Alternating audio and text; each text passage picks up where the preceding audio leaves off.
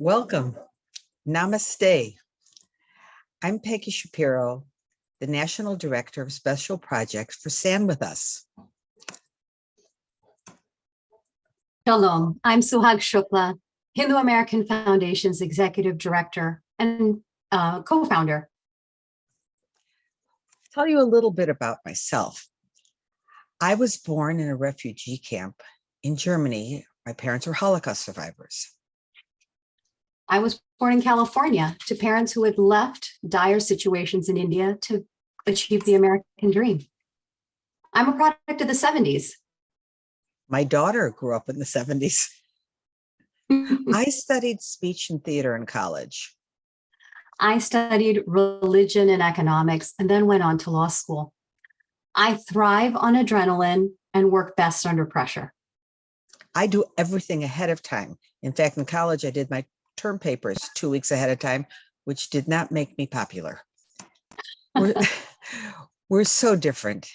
And yet, after our first meeting, which was to discuss a subject on which we disagreed, we discovered that despite our superficial differences, we had much more in common than either of us expected. That's exactly right. Our conversation about Hindu-Jewish commonalities has grown into a number of programs, joint study, even a booklet called 10 Things Jews and Hindus Have in Common. These 10 things just touch the surface of all that we share. Today, we hope to shine a light on some of the darker sides of our commonalities, Hinduphobia and anti-Semitism. And we're honored to have you join us in what Jews and Hindus can learn from one another. Please take 3 seconds to answer our one-question poll.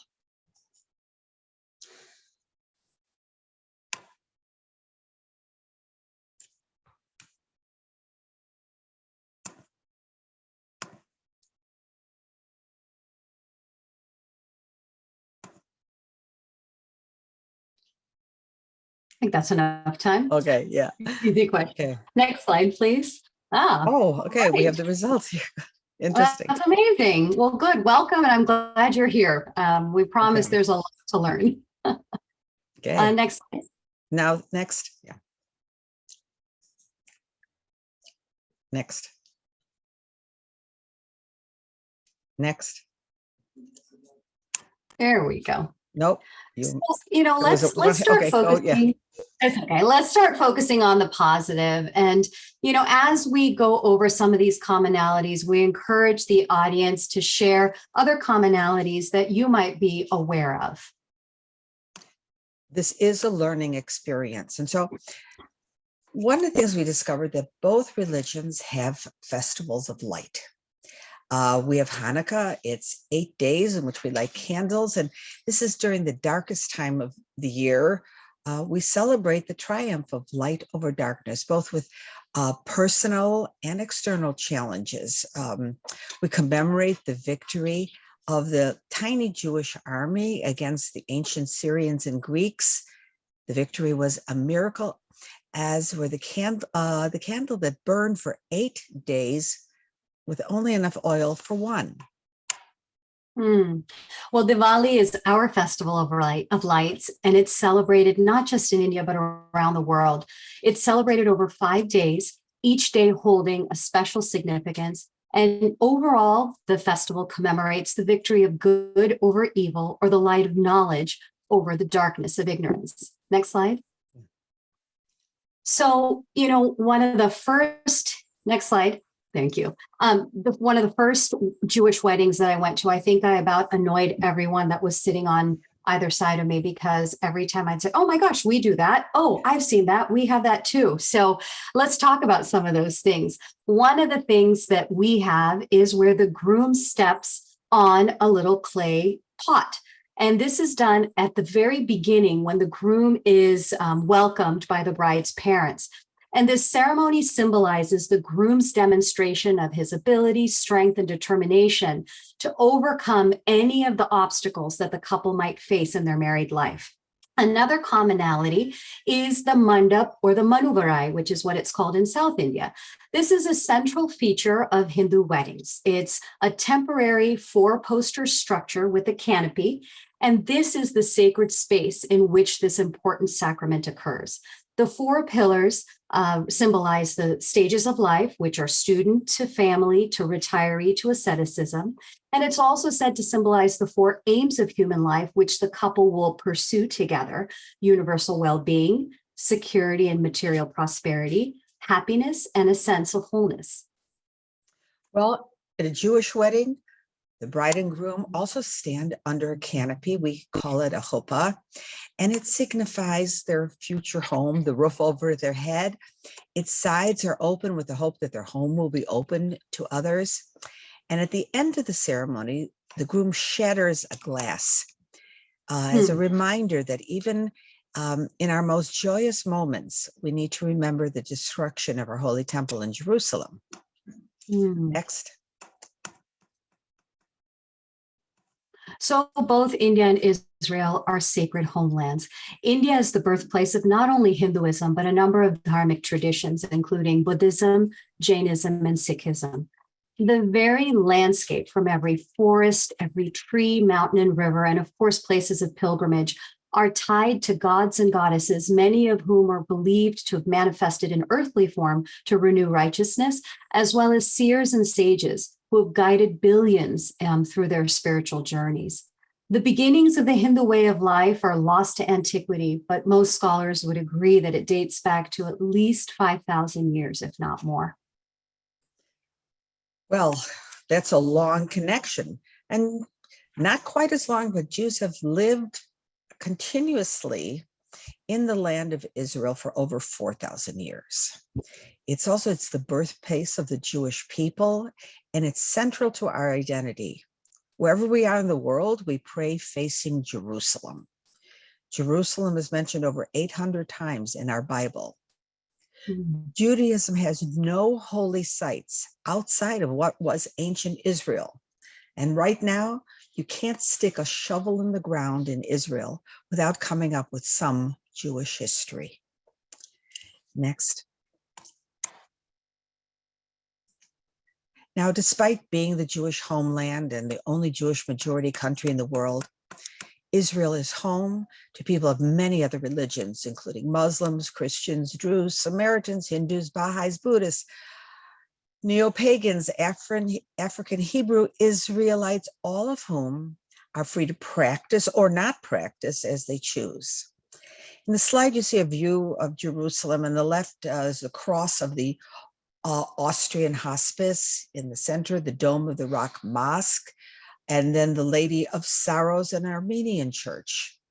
In the center, you have a beautiful Baha'i temple in Haifa, a city which celebrates a fabulous holiday. If you ever get to go there, it's called Holiday of Holidays, and all religions are celebrating at once. How about India? Next slide. Yeah. So India epitomizes unity and diversity. We have 22 constitutionally recognized languages and thousands of other languages and dialects. 80% of India's population, of its 1.3 billion people, are Hindus. The remaining 20% are made up of the world's second largest population of Muslims at 176 million. We have the world's largest Sikh and Jain populations, substantial numbers of Christians and Buddhists, and smaller communities of Jews, Baha'i, and Zoroastrians who've been living in India, believe it or not, for centuries after fleeing religious persecution in other parts of the world and making India home. So you see the famous Lotus Temple, which is a Baha'i temple. There's the Blue Synagogue. There's a beautiful church in the middle of probably banana or rubber plants. And then you have the Jama Masjid, which is a Muslim mosque, and then a fire temple for Zoroastrians. Next slide. Yeah. So we share a lot in history, and it continues to the more modern era, with India and Israel shedding colonial rule of the British to declare independence within 10 months of each other. Next slide. I'm glad that we got to start with the positive because shining a light on the beautiful and the positive things we share make even brighter all that's good in the world. But I think it's time to take a hard turn in terms of subject and mood and explore our common challenges that are rooted in the same playbook of recycled stereotypes and slurs. So maybe we can do our second poll really quickly. This question is yes or no. Have you ever experienced anti-Semitism or Hinduphobia? Give a few seconds to respond, yes or no.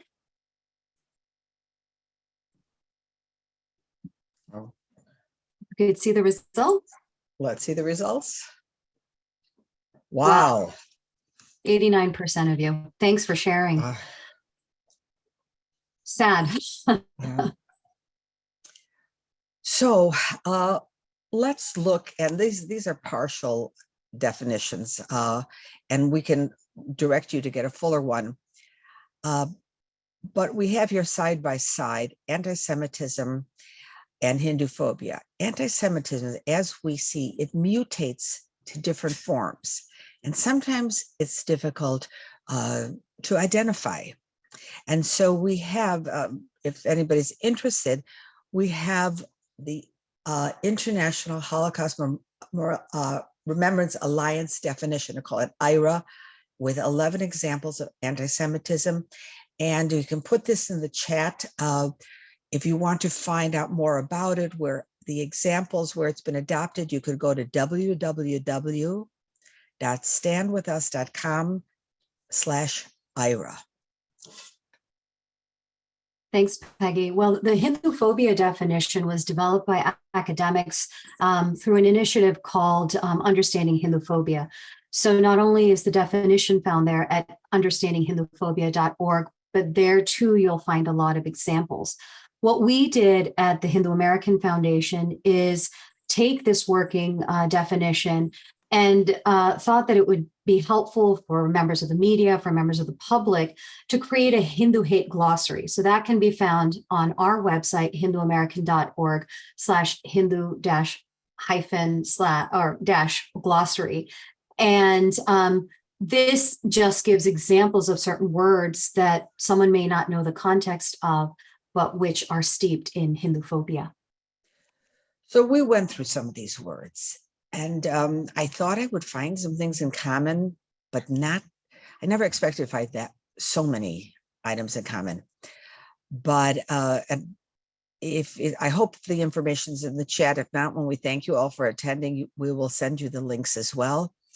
But we see that both definitions include hatred toward our respective religions, distortions of the teachings and practices of our religion, dehumanizing of Jews and Hindus.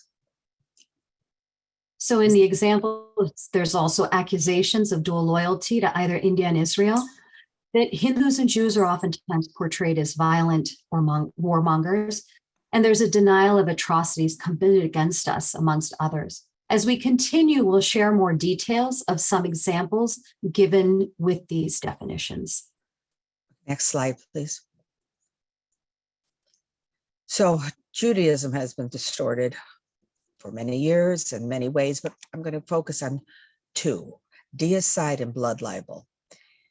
In the early years of the Christian church, Jews were condemned for rejecting the teachings of Jesus, but worse, we were accused of slaying the Christian Messiah and were held collectively responsible for this action. But what can be worse than being the killer of God? And this is not just a medieval notion. We see modern images applied to time of Israelis crucifying now what is a Jesus Palestinian on the cross. Also, there was blood libel. Now, Judaism forbids drinking of blood, any blood. And yet, since ancient times, Jews have been falsely accused of killing non-Jews, particularly Christian children, for ritual purposes. In medieval Europe, it was accompanied by accusations that Jews used the victims' bloods to make matzah that we eat on our holiday of Passover. Mm-hmm. These false allegations have been followed by anti-Jewish riots and murders. And today we still hear the echoes of the blood libel in allegations that Jews, especially in Israel, intentionally kill and target Arab children. Next. So if what you know about Hinduism is from 6th or 9th grade world history, I'm sorry to report that it's probably mostly distortions. Distortions date back to the centuries of colonial rule and remain the dominant lens that public school textbooks, academia, media, and pop culture continue to represent Hinduism. In the Hindu community, the shorthand for these distortions are either caste cows curry or caste cows and karma. And what this means is that it's an inaccurate and reductive narrative that portrays Hindus and Hinduism as racist, primitive, poor, and absurd. I'll kind of go over 3 of these examples. So first, caste. Nearly every social evil in India is blamed on a deliberate misinterpretation of Hindu texts and teachings, including the false interpretation that Hindu teachings mandate an oppressive, rigid, and discriminatory pan-Indian caste system. Now, in this false depiction, there's a special hatred for a group called Brahmins, or those who are traditionally engaged in religious study or ritual. Now, the reason I bring this up is that academics have been doing a number of studies on the roots of some of these narratives. And the demonization of specifically the class that was tasked with kind of religious study and rituals is rooted in Protestant bias and widespread Christian animosity towards Jews. So any torchbearers of a backward and heathen religion like Hinduism were equated with their perceived Jewish counterparts and similarly demonized, especially by German Indologists. Then we have cows. Now, of course, some cows may describe the reverence that we hold for cows and all living things as worship, because the cow is seen as a representation of Mother Earth and selfless compassion. But cow worshiper, when used by non-Hindus or anti-Hindu actors, which can include Hindus, it's a slur. So historically, the Mughal conquests to the Inquisition to partition, public killing of cows, desecration of Hindu, Sikh, and Jain temples with slaughtered cow flesh and blood, the wrapping of Hindu and Sikh warrior bodies in cow carcasses, and forced feeding of beef after forcible conversions have all been means of asserting political power and domination by non-Hindus over Hindus. And the last kind of area that's distorted is the concept of karma. Now, Hindus in this misinterpretation or distortion of karma are portrayed as cruel, selfish, and uncharitable. And this misinterpretation basically depicts karma as a fatalistic system, which Hindus see as absolving them of any duty of uplifting others from suffering, because we somehow think that whatever they're suffering, they deserve because of past karma, which is a complete inaccurate understanding of this very complex and beautiful concept. Next slide. Yeah. Wow. So we could go into just the use of the animals and our relationship with what people have done to make Jews suffer because we don't eat pork. Okay. But we have here an image of devil and devil worshiper. And this is the logic of hate, or hate has no logic. But Jews killed God. Who kills God? The devil. And therefore Jews are demonic. During the Middle Ages, Jews were frequently described as children of the devil, were portrayed with horns and bulging eyes. But it didn't leave the sort of societal consciousness. My first year in university, there was a lovely young woman from a small town, and her dorm room was just a few doors from mine. And she kept staring at my hair. Now, I have to say, in those years, I wore those big bouffant hairdos, and I thought it was very glamorous, and so she was admiring me. But after she stared and stared, I finally asked her, what are you looking at? And she said she couldn't find my horns. She had never met a Jewish person before. And so, but it sounds absurd, but if you look at the image on the right here, it's a recent anti-Israel event where you see the same anti-Semitic trope of Jews being the devil. This concept lives. Yeah. Well, for Hindus, we're depicted as devil worshippers. And this expression of contempt is used in some Christian and Muslim rhetoric. They view the Hindu gods and goddesses as satanic. And this view is really rooted in claims of religious supremacy and exclusivity of salvation and access to God that some only see possible through Christianity and Islam. Now, modern iterations of this are seen coming from non-Hindu religious conservatives who are worried about things like the popularity of yoga, and that's what this image shows. This image is from an article from June 2022, so this year. And it was talking about E.W. Jackson, the Republican Party's candidate for Virginia's lieutenant governor position. And he's a Christian minister. And he said, doing yoga may leave unsuspecting people vulnerable to satanic possession. And this is a pretty common refrain that we see. And in many ways, we had a campaign in which we were trying to shed light on the Hindu roots of yoga. And that's where some religious conservatives became strange bedfellows and saying, yes, it is Hindu. That's why our people shouldn't be engaging in yoga. So next slide. Okay.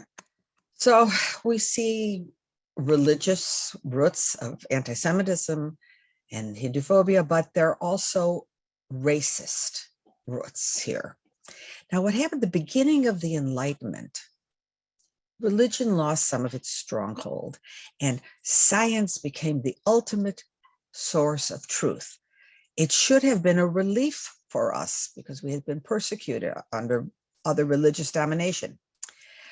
However, the scientific theory of Darwinism morphed into social Darwinism, and the notion that scientifically some races can be proven superior to others and others proven inferior.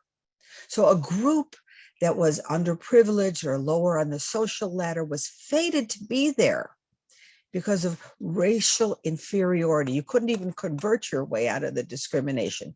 You had to be born and die with it. And so Jews were depicted as ugly and dirty and often less than human, some kind of insect. The degrading of Jews into a lesser form of being was perfected in propaganda Nazi Germany. You see the image of the spider here. They even called the mass murder of 6 million Jews extermination, conjuring up the image of exterminating insects. Today, we still see racism, but Jewishness is now associated with a sense of white racial superiority. Shortly before her death in 2019, my mother was watching television and heard a women's rights activist disparagingly call Jews privileged whites. My mother was so taken aback. She actually smiled when she answered because she said, she was a Holocaust survivor. She said, they killed my family because we were not white. And now they tell me I am white. Yeah. So anti-Jewish racism has not been eradicated. It just changed colors. Yeah. We have similar things happening in the Hindu community as well, which I'll get into later. But this image is a good example of how once an entire people group are dehumanized through, slurs that depict them as dirty, weird, ugly, strange, whatever it might be, it's very easy to justify then subjugation, abusing, and then killing them. So the reply tweet here, he starts exactly that way, depict Hindus as gross, and then justify that Hindus are better off dead. Now, what's equally, if not more shocking, is that he was replying, the person he's replying to is the National Public Radio's Delhi-based story editor. And she's the one who initially tweeted this, grotesque stereotype and slurs about Hindus. Next slide. Oh, I love this because it shows they're not even original. Since medieval times, Jews have frequently been depicted as wealthy, cunning, untrustworthy, powerful, menacing. And on the left, you see the happy merchant meme. It's been around for a very long time and is increasing in popularity. In 2018, they did a study, and this happy merchant was among the most popular memes in both, I don't look at either of these, called 4chan and Gab, which are two major online outlets for alt-right extremist expression. Now, in the Middle Ages, Jews were kept out of guilds and out of most professions. They couldn't own land in many places. So they turned to one of the few options, and that was banking.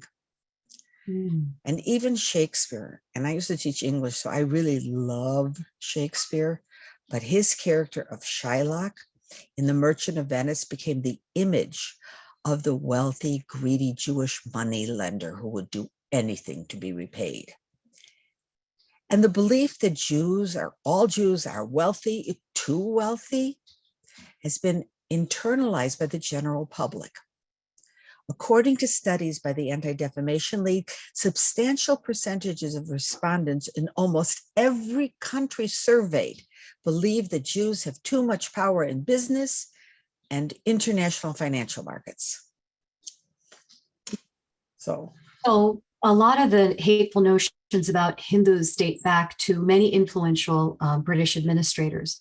James Mill was one of them. He was the author of a book called The History of British India, which was used to train civil servants in Britain before they headed off to India. He starts the book with quite proudly with an admission that he had never visited India, nor did he speak any of its languages. And this was somehow going to make him far more objective than anyone else writing the definitive book of the ages on India. I'm just going to read you one quote that essentially sums up the tone of this book. Quote, "Hindus are full of dissimulation and falsehood. The universal concomitants of oppression, the vices of falsehood, indeed they carry to a height almost unexampled among the other races of men."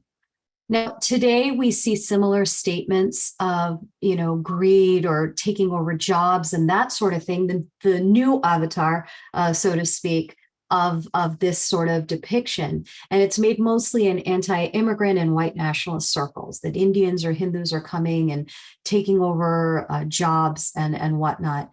And the image that you see on the right comes from a report by the National Contagion Research Institute at Rutgers, where they found that anti-Hindu disinformation, as Peggy alluded to, in terms of many, many different iterations of this happy merchant meme, is often masked through the use of ethnic pejoratives, slurs, and coded language.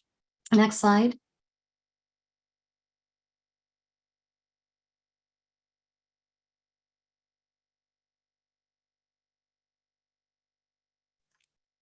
sorry about that.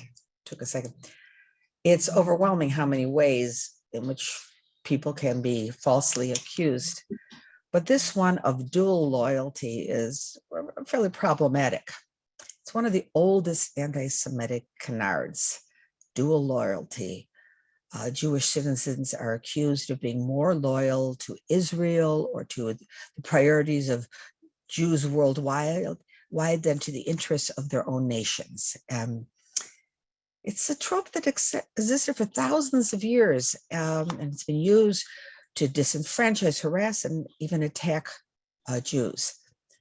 Now, to tell you how old it is, in one of our texts, it's called the Book of Esther. We read it on the holiday of Purim. It's the story of the festival of Purim, and here Esther is a Jewish woman. She becomes the queen and finds out that the king's viceroy was planning, and with the king's approval, to kill all the Jews because he accused them of having dual loyalty, of not being loyal to the king. She's brilliant and beautiful. She managed to stop the whole thing. But this shows you how far back the accusation goes. And for years, Arab governments justified their campaigns to drive out 1,000-year-old Jewish populations from their midst, and they charged them they were Zionists or Israeli spies. And after the establishment of the State of Israel, this slander of disloyalty gained a new momentum. And we even see it, unfortunately, by a US representative. And we hear accusations of disproportionate influence of the Zionists or the Israel lobby. Like a foreign government has been implanted and they're a hostile political force inside our capital. Dual loyalty is one of the most popular tropes on campus. A Jewish student being considered for a student government position was publicly told in a confirmation session that she could not be impartial because of her Jewish heritage. Recently, groups at Berkeley School of Law voted to prohibit any speakers who refused to denounce Zionism. So you have experience with dual loyalty charges? Yes, we do. And it's, it's an emerging trend, but it's become increasingly commonplace, especially against Hindu Americans who are engaging in the public square, whether that's making political donations, whether it's appointees, whether it's someone running for public office, or whether it's just, ordinary Hindu Americans going to a city council and testifying. And one of the key issues with this problem is that it's often subtle and overlooked because it oftentimes comes from other Indians and Hindus. And Peggy, I know we've talked about this, that very often those who are, perpetuating anti-Semitism or Hinduphobia come from within the fold. So what do these accusations do? They seek to raise suspicion about Hindu Americanness. They attribute malintent. They falsely portray us as being arms or weapons of an Indian political movement or the excesses of Indian political discourse. And then sometimes they put us in the position where we are compelled to speak out against things that are happening in India when we may not know anything that's happening, nor is it our place to have to defend things that are happening there. I mean, we certainly don't ask Italian Americans to speak for the Italian government or people of French descent to defend the policies of the French government. But for some reason, Hindu American institutions, as well as Hindu American candidates, are held to this type of double standard. These allegations of dual loyalty also paint Hindu Americans as inherently anti-Muslim and anti-Christian. And then, of course, the double standard of, this is what this image is, where Hindu American candidates, this is Congressman Raja Krishnamurthy, if he meets with, say, the Prime Minister of India, the largest democracy and a US ally, he is somehow held responsible or, painted as being anti-Muslim and anti-Christian versus a President Obama or a Senator Cruz or a Speaker Pelosi. They're not questioned in that same way. Next slide. Wow. It's many of the Jewish people on this call will say, wait a minute, this is exactly what we're experiencing, having to be held responsible. And so it is a really common experience. And I want to make sure that we have time to get to our Q&A and certainly to get to Becca, who's coming up.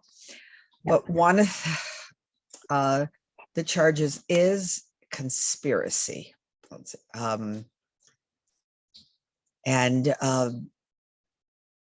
Wait, somehow I don't have, but we see the charge of a global controlling Jewish cabal, and we control everything from economics to the government to media. And Kanye West this week or last week let us know that we also control the fashion industry. So we have just amazing control to have a conspiracy for world domination. And we're 0.2, not 2%, but 0.2% of the world. And we're supposedly on the quest to dominate everyone. And it is a really dangerous charge. And Jewish lives have been spent because people believe in that. Right. So, are you conspiratorial? Apparently we are. So the image on the left is something that was called the Dismantling Global Hindutva Conference. And it was organized, it started with the University of Pennsylvania, right here in my backyard, and it invited dozens of top colleges to join.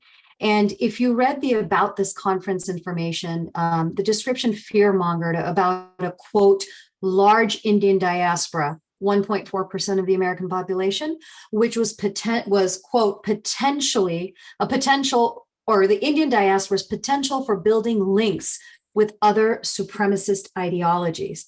So 1.4% of the US population is worthy of fear-mongering for all the, thousands of people who attended this online seminar. Here's the irony that global supremacist ideologies, meaning ideologies which have sought to seek ethnic, racial, and religious hegemony, and which have transcended national borders, making them actually global, have been predicated on the exclusion and subjugation of religious groups like Hindus and Jews. So at this conference, speaker after speaker equated Hindutva with Hinduism. And by the end, they were talking about dismantling Hinduism. And I do want to point out another commonality is that many of the radical activist scholars that were involved in this conference, you could probably do a cross-check on letters supporting the BDS movement on college campuses, and you'd find a whole lot of names in common. Next slide. Yeah, we found that in common, and also the funding of these movements. Yeah. That's another session. That's a whole other webinar. Follow the money. Yeah. So we see, what does a cabal supposedly do in addition to killing God, causing all the illnesses, and we cause natural disasters? Jews have also been blamed for causing wars, and often blamed by those who caused the wars and lost. In Germany, they asserted that Jews started World War II, and it was declared in 1939 by Chaim Weizmann, president of the World Zionist Organization. There wasn't even a viable Jewish state then, but they used this notion of Jews being warmongers to say that they were killing Jews in self-defense. Now, recently, Israel and Jews have been blamed for the Iraq War I, Iraq War II, the attacks on the World Trade Center, and even whatever stand people are taking on the confrontation in Ukraine on one side or the other, somehow Jews are at fault. Now, this warmongering, violent temper, in the heightened rhetoric we see today, Israel is sometimes accused of committing acts of genocide against Palestinians. A reality check. Genocide reduces the targeted population. The Arab population in Israel, after it declared independence and after the war in 1948, was approximately 156,000 people. Today, it's almost 2 million. That is not a reduction. But the sensationalist use of the word genocide in relation to the conflict is not only inaccurate and misleading, but it demonizes the state. Yeah, I think we would, well, this is why this slide is here in terms of being a shared or a commonality in how Hinduphobia also manifests. So I'll read some headlines from the New York Times. One is, quote, as Hindu extremists call for killing of Muslims, India's leaders keep silent, end quote. Second headline, as targeted killings spike, Hindus are desperate to flee Kashmir's decades after militant violence forced many of them out of the disputed region. Hundreds of families have left in another exodus. both of these, and I wish you could see them because I would highlight and show you, but essentially what happens in mainstream media is that headlines and stories tend to describe Hindu perpetrators with the actual word Hindu. So you have Hindu militants, Hindu extremists, Hindu vigilantes. However, when the militants or the terrorists or whoever the perpetrators are Muslim or Christian, their religion is not mentioned. So the fact of the matter is that incidents of hate speech and tensions do erupt into violence in India, and that happens occasionally. It's rarely one-sided, and it involves victims and perpetrators from a variety of backgrounds. But that's not the picture that you see painted by media outlets like Al Jazeera. So is Al Jazeera's claim of an impending genocide of Muslims in India true? Well, if we were to believe state-run media outlets like Al Jazeera or legacy media outlets like the New York Times and the Washington Post, then yes. But if you were to actually listen to respected observers, from think tank experts to policymakers, or actually go there and see with your own eyes, or look at demographics or any other evidence-based manner of fact checking, then the answer is no. Next slide. So in a minute, we haven't spoken about this before, but it's called the passive aggressive. It's not a verb tense anybody else knows, but I'm going to talk about in relation to how the media portrays India and Israel. But let's move on to where hateful words have led to hateful actions. And we know that the distance between hate rhetoric and hate conduct is only a matter of opportunity. Next slide. You know, we oftentimes find that a favorite time to launch anti-Semitic and Hinduphobic attacks is during a Jewish or Hindu holiday. Here are images of campaigns that appropriate sacred holidays and festivals to make political statements. But you know, speaking of college campuses, let's talk to a college student about her experiences with anti-Semitism. You know, we're witnessing pressure and ostracization of Jewish and Hindu students to reject their national origin. What someone I spoke to recently described as an assault on their pride. So Peggy, you want to introduce our guest? Oh, my pleasure to introduce Becca Powers, and this is a powerful young woman. She is the Stand With Us Emerson Fellow at Ohio State, and quite impressive in what she's done in her limited years on this planet. But Becca, we're speaking about some principles. Can you tell us about what you experienced? Next slide. Yes, thank you so much for the introduction, and thank you for including me in this presentation. Some of the similarities between the Hindu and the Jewish community are new, but some of them I've actually been taught about during Ohio State's annual Hanukkah and Diwali Festival of Light celebration through Buckeyes for Israel and Hillel, which I've enjoyed every year. So a little bit about me. I'm a third year at the Ohio State University, and I grew up in a Jewish household going to synagogue, and I've been to Israel twice. I also grew up guided by Jewish values instilled by my family, and specifically my grandmothers, who are very dear to my heart. I started my journey in high school by taking leadership roles in Israel clubs and Jewish youth groups. And senior year, I did the Stand With Us high school internship. However, I never knew how involved I would be and what I would run into in college. I started out with a great advantage with Israel knowledge because of this background. Last year, I became involved in various Israel and Jewish organizations on campus, and additionally a member of the undergraduate student government at The Ohio State University. Unfortunately, this past spring, BDS, an anti-Israel and historically anti-Semitic resolution, came to the General Assembly. Dozens of Jewish, Israeli, and allied students gave speeches about the harm BDS propagates within our community, and Palestinian students gave their narrative about the Israeli government harming their families. But I never thought I'd run into such rhetoric as hearing from students that Zionism was racism, that from the river to the sea, Palestine will be free, implying that there is no space for the Jewish people between the Jordan River and Mediterranean Sea, which essentially constitutes all of Israel. I heard such rhetoric like Zionism is terrorism, and I heard people and professors screaming intifada on campus. a term that is a revolutionary time for the Palestinians, but for Jews and Israelis is a horrible time period where thousands of Israelis died in terror attacks and is extremely scary to our community. Someone who wasn't part of the Jewish community read the definition of anti-Semitism that suited her and that she liked, not a Jewish community agreed upon definition to us, trying to tell us what was anti-Semitism and what wasn't. And this year, several anti-Semitic stickers and rhetoric were posted everywhere on campus, as you can see from these photos. This really made me question my identity. It had me thinking, was Zionism racism?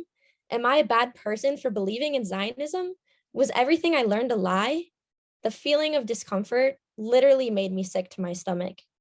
If questioning my national identity could happen to me, what about other students who had been less prepared? But I decided to fight, to learn, and to educate others. Fortunately, I was surrounded by a community that helped me understand what Zionism is and the beauty of the concept that allows it to be subjective to the person. Zionism to me is the belief that the Jewish people have the right to and need for Jewish national self-determination in some portion of our ancestral homeland in the land of Israel. From there, I made the decision that I wanted to innovate and expand activism and education for the Jewish and Israeli community at Ohio State's campus. I decided I wanted to go back to my roots, firstly, back to Stand With Us and their family for the Emerson program, and to continue learning and cultivating my skills. I was offered the Senior Director of Operations position within the undergraduate student government, and I took it to ensure that Jewish students would be represented on a university level and to advocate for IRA, the International Holocaust Remembrance Alliance definition of anti-Semitism, and anti-Semitism trainings to be implemented on a university level, in which IRA was instituted by the Board of Trustees, and anti-Semitism training will be implemented in the spring. Additionally, I became the president of Buckeyes for Israel in Tamid, and have put on several events to bring together over 300 students and communities to educate them on Jewish and Israeli culture and history, and to celebrate our culture. Thank you so much again for having me here. If anyone is interested in speaking more, feel free to contact me. And if you teach at or attend The Ohio State University, message me and I'd be glad to connect. I'm happy to answer any questions anyone may have as well. Thank you. Thank you. Thank you, Becca, for what you've done, what you're doing, and what I know you will continue to do. I'm so glad that you're on our side. So we see students being pressured to deny their national origin. And there's also movement for destruction or conversion when it morphs from words to action. Now, conversion is not that common a pressure on Jews. I think most people have given up on trying to convert us. It didn't work out well. But there's a lot of focus on destruction. So anti-Semitism mutated from hating the individual Jew and calling for his or her death to hating the Jewish state and advocating for its destruction. Now, before, Jews had to justify their reason to exist.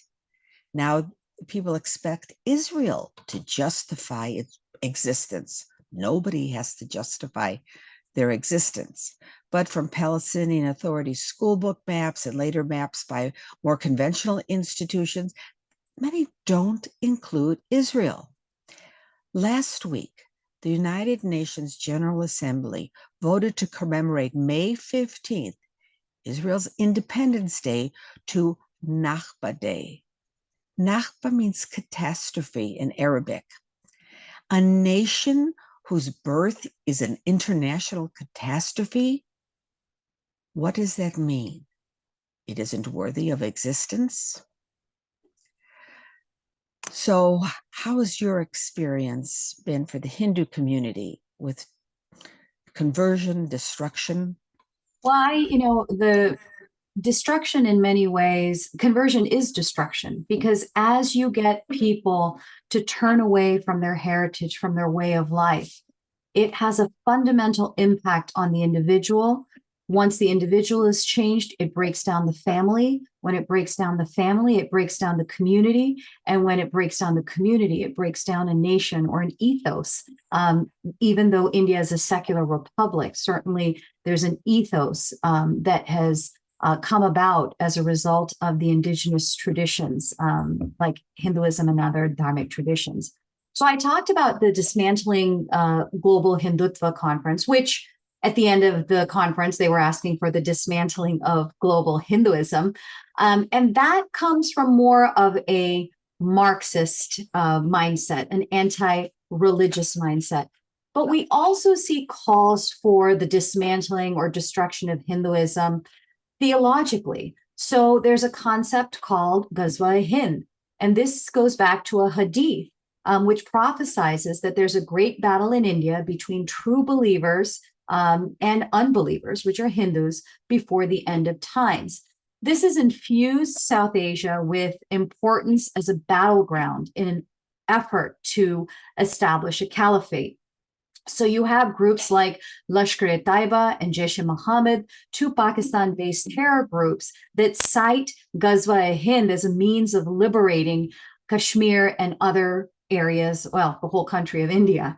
We also have something called the Great Commission. So what you see on the far right is a map of what is described as unreached people. This is an initiative called the Joshua Project. I've oftentimes joked that the Joshua Project could probably deliver mail a lot more efficiently than most postal services of any country, with the amount of precision they have about people and people groups. So the Great Commission harkens back to Matthew 28, verses 16 through 20, which is interpreted as a command to preach the gospel to all nations of the world. So this effort has billions of dollars coming from primarily the United States being poured into evangelizing non-Christians, not just in India, but what's also broadly called the 1040 window, which is where the largest populations of non-Christians are. And each zip code, the goal is to plant a church and eventually take over the religious identities of those regions. Oh my goodness, attack by zip code. So this next slide is particularly concerning to me because it's denying or destroying our history, artifacts of history, and denying history. This has been a very powerful tool of anti-Semites. Now, it started with the destruction of the Holy Temple in Jerusalem when the Romans were exasperated with the Jewish refusal to accept their gods, and they reduced our holiest site, the temple, to rubble. And they renamed the land Philistia after the Philistines, a long defeated enemy of Israel. It was an attempt to erase any connection of Jews to the land, but we stayed there anyway.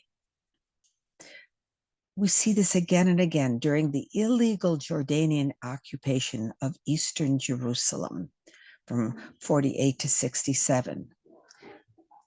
58 synagogues, some so ancient and of historic value, were destroyed and desecrated. Jordan built a road through the ancient Jewish cemetery on the Mount of Olives. They used the tombstones from the cemetery for building projects, including latrines.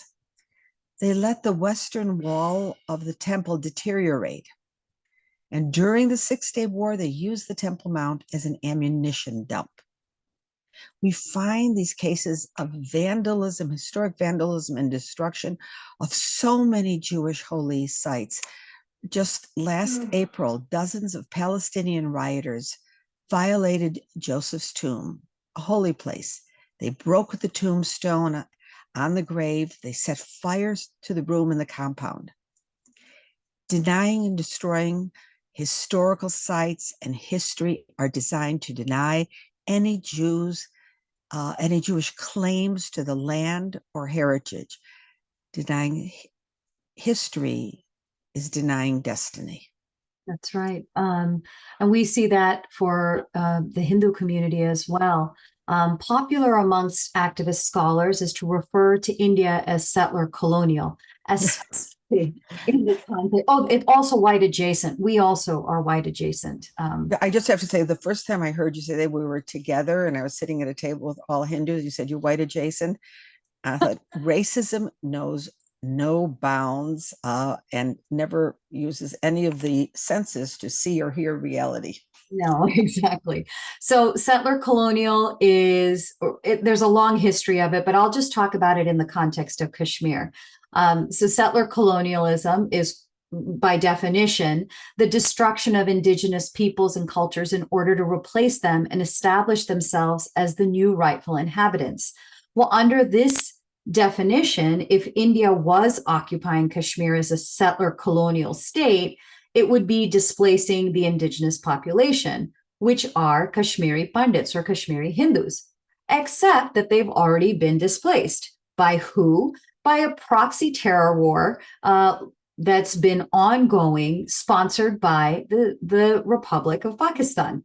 So Hindus indigenous to the Kashmir Valley, known as Kashmiri Pandits, were the original inhabitants of Kashmir and have a unique ethno-religious culture that dates back more than 5,000 years. And they've suffered 7 ethno-religious cleansings, the latest in 1989. So that's a good example of denying history. And I'd also like to talk about destroying history. So iconoclasm under Mughal rule led to the destruction or desecration of thousands of dharmic temples, not just Hindu temples, but Sikh, Jain, and Buddhist temples. Materials were destroyed, left in ruins, used to construct Islamic structures. Some of these mosques continue to stand directly on top of destructed temples.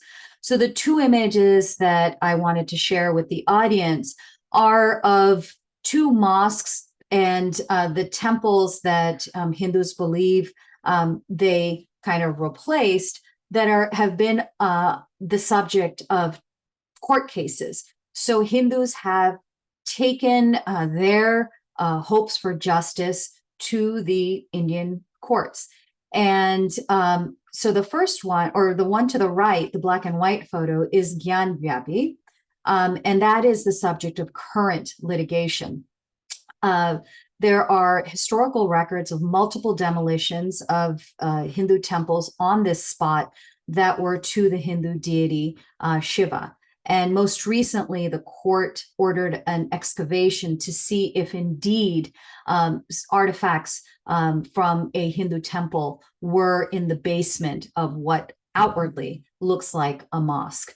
And then the picture in the middle is of Babri Masjid. Now, what happened with the Babri Masjid is it had been in court, the issue had been in the courts for decades, well over 50 years. And at one point, there was a demonstration outside of it, and Hindus were at a protest, and the protest went violent, and the mosque was torn down. We don't condone that sort of violence. The courts should have been given a chance to come to a fair and just ruling based on the evidence. Since that time, however, the India Supreme Court did rule that there had indeed been a temple. And so I just want to read a quote from the press release we released on the day of the Supreme Court's ruling. And I said, quote, "Today's ruling by the Indian Supreme Court is equally a victory for Hindus and Muslims, as it is for archaeologists, historians, and the Indian legal system. Hindus will finally get a temple, and Muslims will get a mosque in Ayodhya. While HAF unequivocally denounces the violence that arose in the tearing down of the Babri Masjid, permission to rebuild a Hindu temple on the site of Ram Janmabhoomi delivers both justice and closure to a deep and historic wound." So this is a complicated issue. You have a number of places that are deeply sacred, and it was for that precise reason that temples there were torn down. And so really the solution to these things is, of course, the legal process, but also talking about these issues. Denying history and brushing it under the rug does nothing to help towards healing.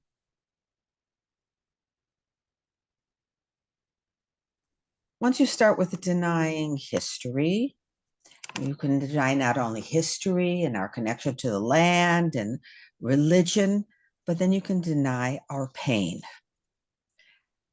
Despite the fact that the Holocaust was one of the most documented events in human history, and it was documented by the Germans themselves, Holocaust denial and distortion spread the false idea that we Jews invented or exaggerated the Holocaust. When I hear that, I think, well, what happened to 182 of my family members? Where did they just go? On the photo on the left, you'll see that Iran holds an annual Holocaust cartoon contest to mock the idea that there was a Holocaust. And they do this while they and other anti-Semites deny the Holocaust and while they're promoting a new Holocaust. We see also what's called Holocaust inversion, and it attributes Nazi characteristics to contemporary Jews, that all of a sudden we are not the victims, we're the perpetrators. And we often see on college campuses and elsewhere, the Jews and Israel are compared with the Nazis. And it's, again, the insanity in a logic of hate. But while saying we are Nazis, claiming at the same time that there was no Holocaust by Nazis. But it is equally dangerous to deny history and deny, it's double killing people. It's killing them once in the attack and then attempting to kill their memory. That's right. And, in the Hindu context, scholars or the media actively do this sort of denial of genocide or atrocities, saying things like, yes, Hindus were killed, but not as many as right-wing Hindus claim. So using things like right-wing or nationalist to somehow diminish oftentimes what are documented facts. And so I have an image of a story that covered a notification that we received from Pakistan's Telecommunication Authority, Web Analysis Division. And it was a demand for us to take down a section of our website that sought to bring light to the 1971 Bengali Hindu genocide. This is a genocide that left 2 to 3 million people dead, about 200 to 400,000 women that were raped in rape camps, and 10 million people who were displaced, most of them Hindu. Now, the claim by Pakistan, which was instrumental for those who may not know this history, we had East and West Pakistan. West Pakistan basically was culturally, linguistically very different.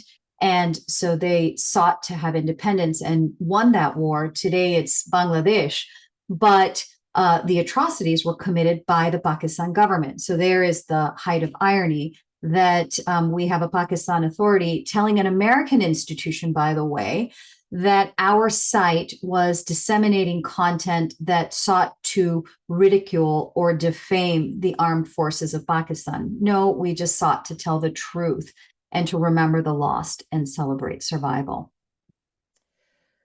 So, Suhad, you mentioned the media a few times, and and some of the things you refer to, I've given it a name. It's not really a grammatic term, but I call it the passive aggressive voice. Mm-hmm. So when there's a conflict, the headlines can read, Israel bombed, the IDF attacked, Jewish settlers killed. There's an agent, it's an active voice. But when it's Jews who are the victims, there are no perpetrators. You'll read headlines, settlers hit by a rocket, Sderot under a barrage of fire. Who's doing it? And when the sentence is in the active voice, in naming there's a guilty party, it's usually a gunman or some other vague term. It's rarely, if ever, a terrorist. So you see in these headlines, your conclusion is the rockets are launching themselves. And there's a gunman, maybe from the old west of America. I'm in Chicago, a Chicago style gunman, and they're shooting it out in Jerusalem. And there's no terror problem here. It's dismissing it. That's right. And I think there's an overlap both between denying atrocities and dismissing terror threats because they're basically two sides of the same coin. So on the right, you'll see a media survey or media study that we did in the month after the Indian government abrogated an article called Article 370, which gave Kashmir a special status that made it difficult for the government of India to protect it from a decades-long cross-border proxy terror war by Pakistan. So in the media coverage in the days, by the way, this abrogation occurred through parliamentary process, which is also something that the media tended to ignore because they definitely have a narrative in mind as to who the good guy is and who the bad guy is. But in the month after this parliamentary action, we reviewed 132 articles from BBC, from CNN, New York Times, Washington Post, and NPR between August 5th and September 3rd, 2019. So what we found was that Pakistan was covered credulously and India was covered skeptically. The role of motivation of terror groups, which is the crux of the violence and instability in that region, was downplayed. And despite 95% of the indigenous Hindu population having been cleansed by terror threats, some estimates 350 to 400,000, only 4 of the 132 articles mentioned their cleansing.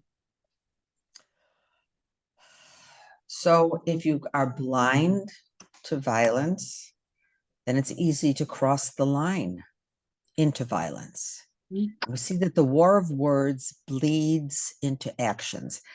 I'll give you just a few examples. Unfortunately, there are too many.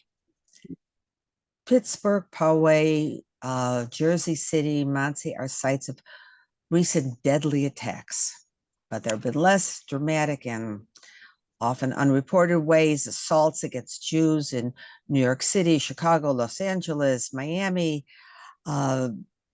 We Jews make up only 1.9% of the population, but we are victims of almost 60% of the religiously motivated hate crimes, according to the FBI.